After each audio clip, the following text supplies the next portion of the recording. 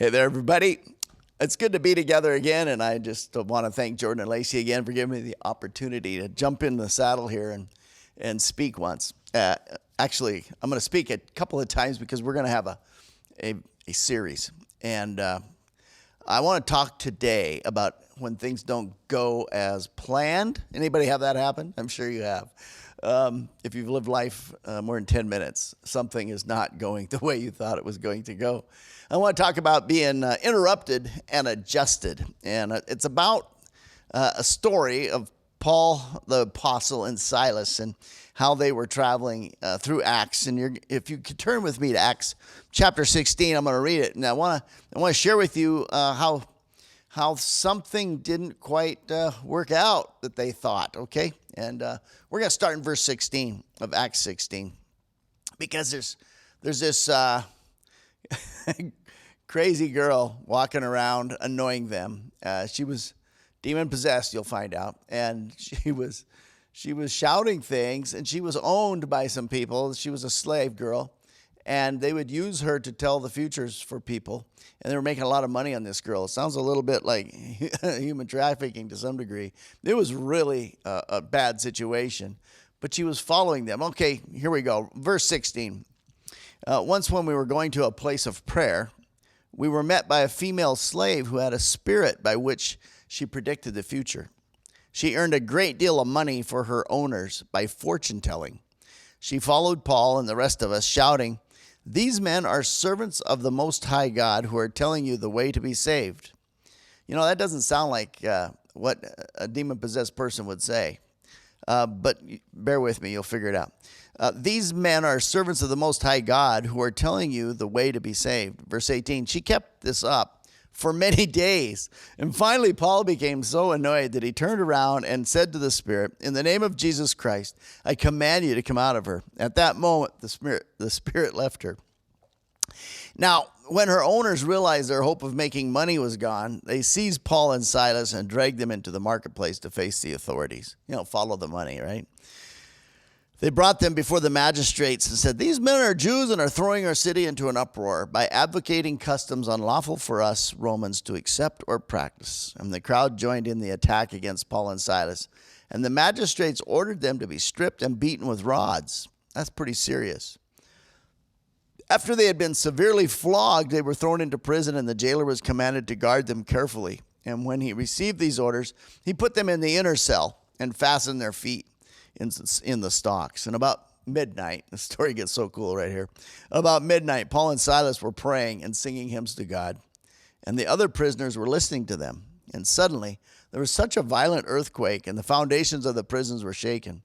And at once the prison doors flew open, and everyone's chains came loose. And the jailer woke up, and when he saw the prison doors open, he drew his sword and was about to kill himself because he thought the prisoners had escaped. But Paul shouted, "Don't harm yourself, we're all here." And the jailer called for lights, no doubt, rushed in and fell trembling before Paul and Silas. And then he brought them out and asked, "Sirs, what must I do to be saved?" You know, this is a crazy thing. This story starts out once we were going to a place of prayer. So Paul and Silas and Luke the writer and the little band of missionaries with him were on their way to a place of prayer. And they get interrupted by this girl who was shouting things to him. And I just want to kind of break this story down a little bit and kind of glean something from it. Because maybe you're going through something that's not what you planned. And maybe it's just things haven't turned out. And you're kind of like in this moment, like, what just happened? And I want to just talk about that because these guys were, like I said, on their way to prayer. So if we're going to be interrupted and adjusted, I just want to talk about that. Some of you know we've been remodeling our home. We really have enjoyed the process most of the time. Some of the time it's been super painful. And like it rained, record rain in 1 month, and it got into my roof and leaked, and all the ceiling came down on my new kitchen counter. It was kind of a tough time, but you know, we persevered and we got through it. We're in it now. So we're all like, yay! We're all excited and enjoying our house. But I wanted, if you ever built a house or if you ever done a project that's large, you realize that you have a vision for it. You want to see it happen. But if you're not adjustable, it can get really, really painful. In fact, if someone asks me for advice, it doesn't happen that often, but if they do, and they're going to build something, I would say to them, have a vision for what you want to do, but then be adjustable. Have a heart and an attitude that if maybe the vision that you thought was going to take place doesn't quite take place, be adjustable. Contractors have this thing called change orders. They're super expensive. And if you've ever had your contractor change something, he'll slap you with a bill because changing stuff is very difficult. I remember my brother-in-law and sister-in-law were remodeling their house, and they wanted to have an expanse where they could see, and there was this post in the way. And they're like, I don't know how we're going to get this out of here. And their contractors said they can't move it. And so what they did was they made a really cool little built-in thing around it and went and continued on the project. See, if you are not adjustable, and if you have an interruption in your life or something that takes you off course and it just messes your world up, it can be really, really difficult. I was trying to be a farmer as a kid. When I was a kid, I was in my early 20s, and my wife and I had rented some land, and we were pretty thrilled about it. My brother owned land, and we just rented land, and so we were kind of feeling like we want to own some land of our own and get a start, and it was our dream. And so the neighbor guy had some land, and he didn't have any kids, and we thought maybe he'd rent it to us because he was getting older, and he was really up there in years, actually. And so I started talking to him about it and saying, if you ever want somebody to rent your land, I would love to do that, and even buy it if you ever wanted to sell it. But I would just, if you wanted to, I could look after your place. And so his name was Earl, and he was open to that. But, it was a time of our life where we had a lot of heart-pounding excitement about that thing. But, these are things that you have in your mind, but sometimes they don't take place. I want to talk about Earl a little later in this talk, but when you're on your way, sometimes, even if you're on your way to a very good thing, these guys were on their way to prayer. So it was like, they weren't like on their way to tearing up something or being rowdy. They were on their way to prayer, and they got interrupted. Let's look at this interruption for a minute. They were interrupted by a female slave who had a spirit where she predicted the future. And she earned a lot of money for her owners by fortune telling, and she followed them, and she was shouting this: These men are servants of the Most High God who are telling you the way to be saved. And she kept this up for many days, and Paul got so annoyed, he turned around and said to the spirit, in the name of Jesus, I command you to leave her, and he did. Now, so let's talk. Now, first, they were on their way to prayer, and secondly, I want to talk about the annoying girl. It's like, you ever get annoyed by somebody? It's true. It doesn't necessarily mean that they're demon possessed, but things that annoy us. I mean, she was following around and saying true things. Isn't that interesting? It's very interesting to me that she wasn't like lying. I mean, she's controlled by the devil, so you would think she would be a liar. He's the father of lies, but she was walking around and saying true things. The truth at the wrong time can really be damaging. In fact, often the enemy, our adversary, the devil, will haunt us with true things. He will tell you that you are sick. Sure enough, you're sick. He will tell you that you are broke, and sure enough, you don't have much money. He will also tell you that you're amazing, and sure enough, you're amazing. And he will tell you that you have just a wonderful, wonderful way about you. And if he can't deceive you, he will drive you. If he can't cause you to not see clearly, he will take the truth and shove it so strong in your face that that's all you see, and so that you become so aware of the obvious, like you are a good guy or you are a good woman or a good kid, And that's awesome to know that. But this girl was pounding it in Paul, and she was trying to take them off track. See, the truth, the enemy, if he can't get you to be deceived, he'll drive you with the truth. It'll take you to a bad place of pride, a bad place of despair, because sometimes true things are difficult. Anyway, this girl was saying all the true things. It's like, man, why is Paul was just going around and he was preaching, and she was saying, this man is a minister of the Most High God. Excuse me. He got annoyed. I wonder what that was like.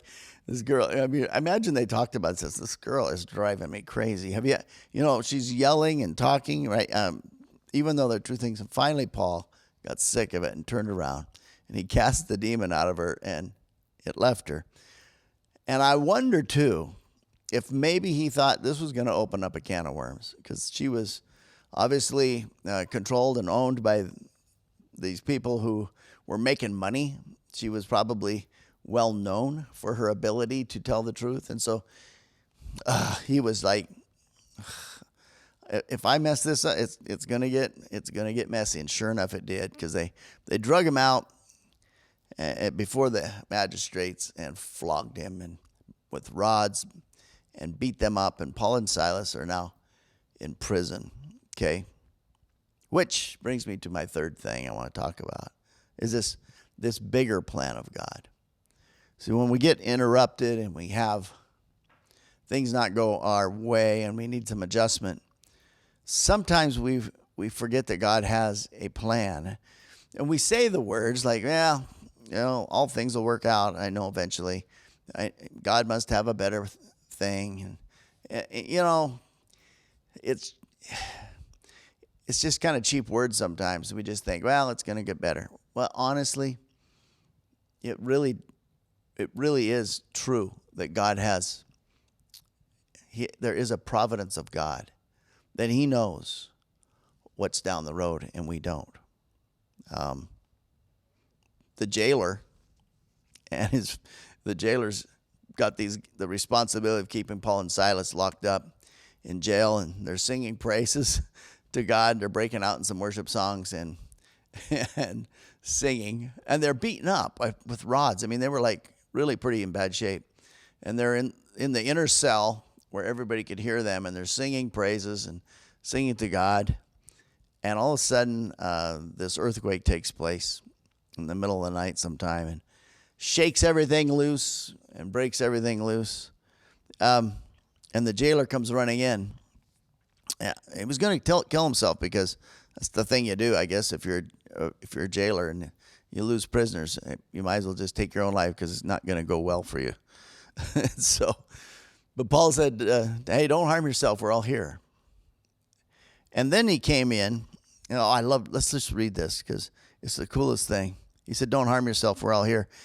And then the jailer called for lights and rushed in and fell trembling before Paul and Silas. He then brought them out and asked, sirs, what must I do to be saved? In other words, hey, I need what you have. I can see you are following the Lord, and I need to have that. What must I do? And then he explains, and the jailer and all his family get saved, and they know Jesus, and they baptize them all. This wouldn't have happened if Paul wouldn't have been interrupted at the very beginning of this story. It just wouldn't have. Because God saw the jailer and his family. And he saw this girl harassing him and all that stuff, and God was probably just like, I don't know if God chuckles, but he was probably like, okay, this is going to be good. And he annoys Paul with this girl, and Paul gets annoyed, and he turns around, and all that takes place. Anyway, it leads to this jailer and all his family knowing who Jesus is. It's amazing. Let me go back to when Lila and I were farming, and Earl, our neighbor. Things went really well. Earl said, Joe, I think I do need someone to help me. And we're getting up in years. If you could move a mobile home onto our property in the back where our trees were, we had shelter belts. Montana, the wind blows so hard they have to plant trees. They're called shelter belts because it protects you from the wind. We have to irrigate our trees there too because they'll die. And so they had a shelter belt, and we put a Gallatin mobile home, which has got thick walls and insulated and a real shingle roof. And we had it all planned, and we picked it out. We went to had it ordered, and it was ready to come. And Earl said, I think this is what I'll do. I'll rent you the land for a couple of years, and then you can transition into purchasing it eventually. And I thought, well, that is cool. I think that would be cool. I went to the banker in town, and the banker said, are you serious? Earl Sprague said you could do that? I said, yeah, here's the contract. And it was the plan. But Earl had to sign off because it was something I had to borrow money for to farm it. And it was a half section of land. It was 320 acres. It's perfectly square, all irrigated.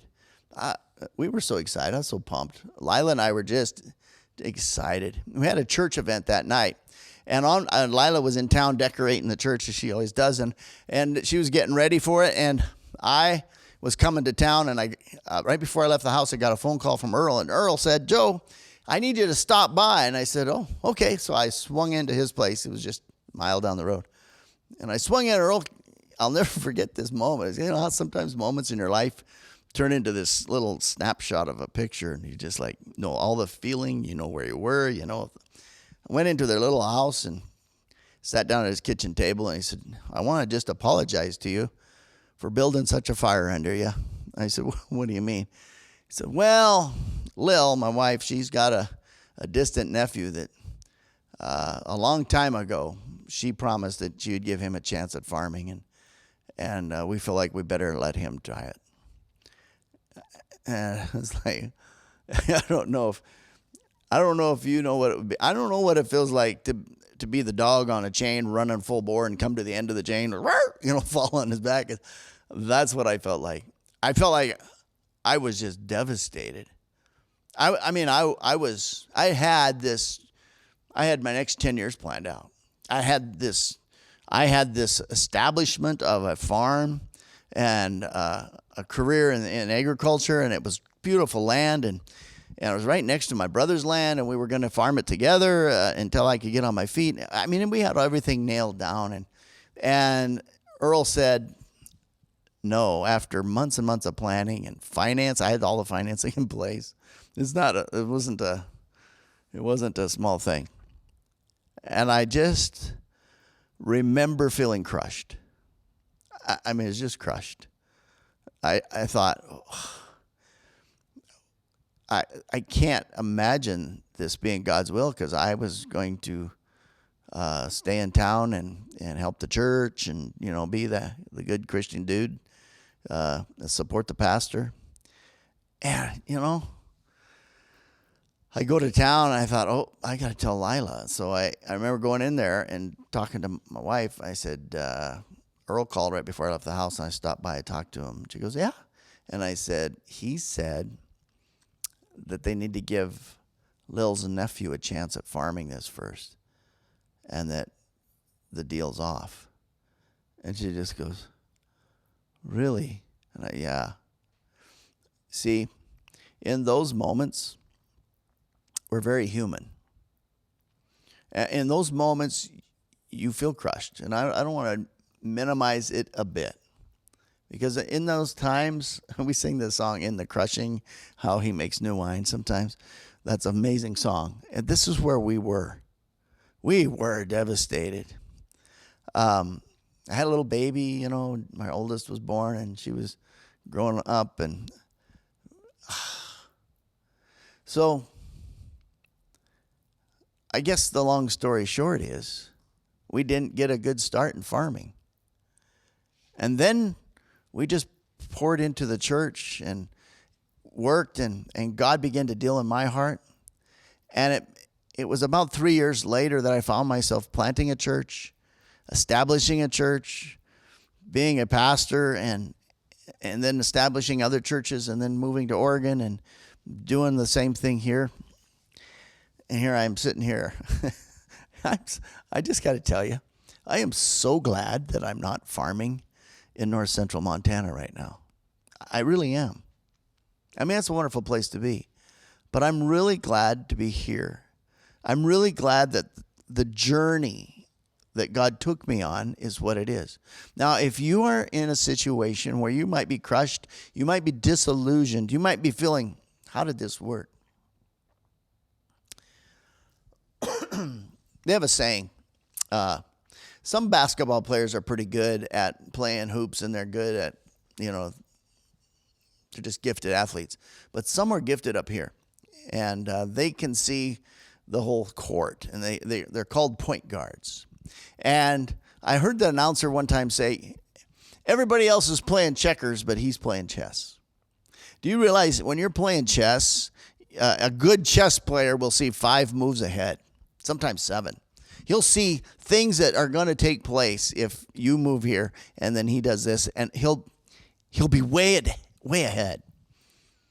He's playing chess, and I'm playing checkers. This is how God is. He's playing chess. He sees the picture. He knows everything that's going on, and I'm just seeing the next move, okay? It doesn't mean you quit moving. It doesn't mean you take a step. Do it. And as you do it, be that person who is full of vision but adjustable. One of the worst things you can do is pour cement around what you think God is going to do.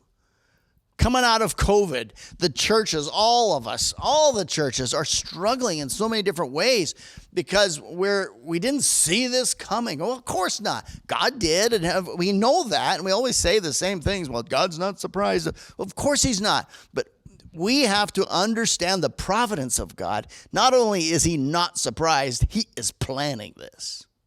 And he has a purpose in it.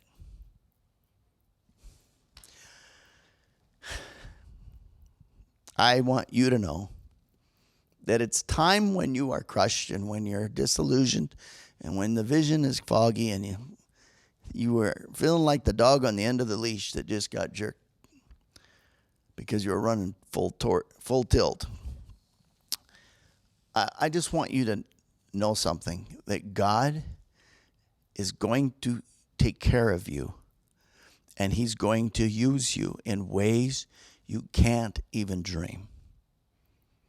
But you have to trust him. You have to, in your interruptions, still be adjustable. All right? I want to pray about that. Maybe, Lord, there's somebody here listening that just is feeling like I was as a young kid trying to farm and maybe just crushed by a turn of circumstances that didn't go their way. And maybe it's a devastating loss in life. It might be a family member. It might be just unimaginable things. God, help us right now to trust your providence, to trust the fact that you are in control, and not only in control, but you have a master plan for us. And we want to submit to you today for that. And thank you for this truth. Amen.